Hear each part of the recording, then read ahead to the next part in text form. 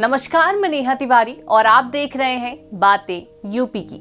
प्रदूषण शब्द कुछ नहीं, बहुत जाना पहचाना सा है, क्योंकि हर तरफ इसी की चर्चा है। यूपी के 8 शहर देश के सबसे प्रदूषित शहरों की लिस्ट में है, जिसमें वृंदावन पहले स्थान पर है, जहां का AQI यानी कि एयर क्वालिटी इंडेक्स 477। दूसरे स्थान पर है आगरा, जहां का AQI 469। तीसरे स्थान पर गाजियाबाद, जहां का AQI 432। चौथे स्थान पर है कानपुर, जहां का AQI 430 और 5वें स्थान पर है हापुड़, जहां का AQI 422। इसके बाद बागपत, जहां का AQI 415, नोएडा का AQI 407 और बुलंदशहर का AQI 406 है। जानकारी के लिए बता दें, 0 से 50 के बीच AQI को सबसे बेहतर माना जाता है। वहीं 51 से 100 तक का संतोषजनक, 101 से 200 तक का मध्यम और 201 से 300 तक का खराब, 301 से 400 तक का बहुत खराब और 401 से 500 तक का सबसे ज्यादा खराब माना जाता है। हम इस समय जब बाहर निकलते हैं तो देखते हैं हर तरफ धुआं धुआं सा है। कुछ इसे कोहरा समझते हैं, पर ये कोहरा नहीं है बल्कि स्मॉग है। ये बनता कैसे है, ये हम सब सोचते हैं।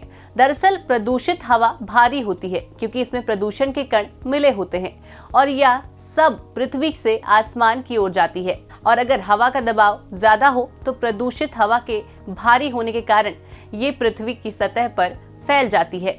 इसमें स्मॉग बन जाता है। जब तक बारिश नहीं होती है तब तक ये प्रदूषण एक ही जगह पर बना रहता है।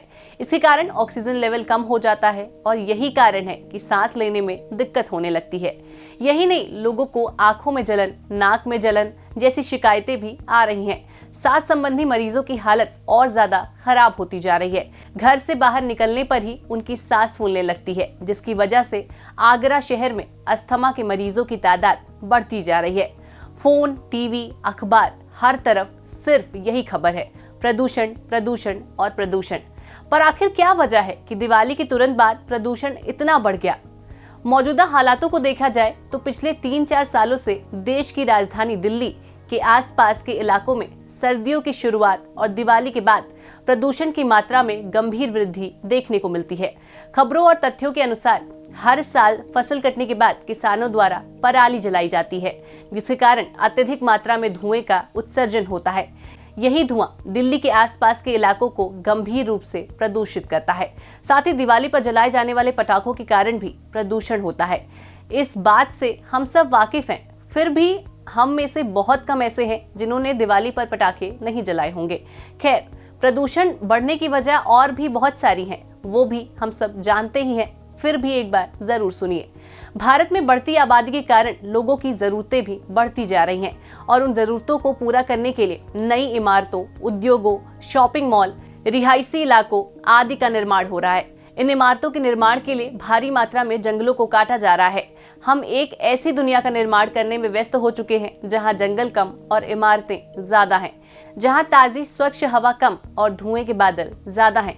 हमारी दैनिक गतिविधियों में तमाम काम ऐसे हैं जो सीधे तौर पर वायु प्रदूषण के कारण बन रहे हैं। हमारे ऑफिस और घरों में लगे एयर कंडीशनर से क्लोरोफ्लोरोकार्बन निकलता है, जो हमारे वातावरण को गंभीर रूप से दूषित करता है और साथ ही ओजोन परत को भी नुकसान पहुंचाता है। भारत में बहुत सारे उद्योग और पावर प्लांट हैं, जहां से दूषित धुएं का उत्सर्जन होता है और ये धुआं हवा में मिलकर हवा को प्रदूषित करता है।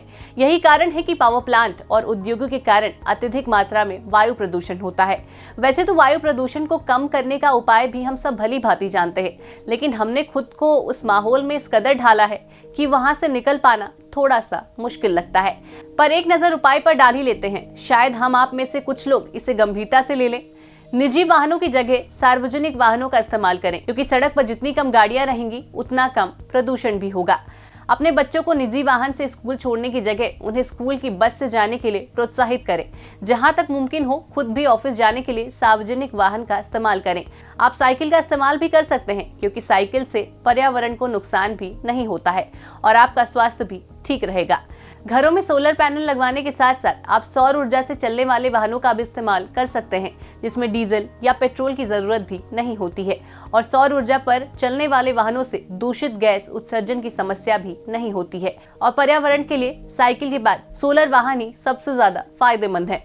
अपने बगीचे में सूखी पत्तियों को जलाने की जगह उनका खाद बनाकर बगीचे में ही इस्तेमाल करें। वैसे हमारे देश के संविधान के आर्टिकल में 48A में पर्यावरण की रक्षा तथा उसके सुधार और वनों एवं वन्य जीवों की सुरक्षा की बात कही गई है। साथ ही अनुच्छेद 51AG में कहा गया है कि यह भारत के प्रत्येक नागरिक का कर्तव्य है कि वह वनों, झीलों, नदियों और वन्य जीवन सहित प्राकृतिक पर्यावरण की रक्षा और सुधार कार्य करेगा, साथ ही जीवित प्राणियों के प्रति दया का भाव रखेगा।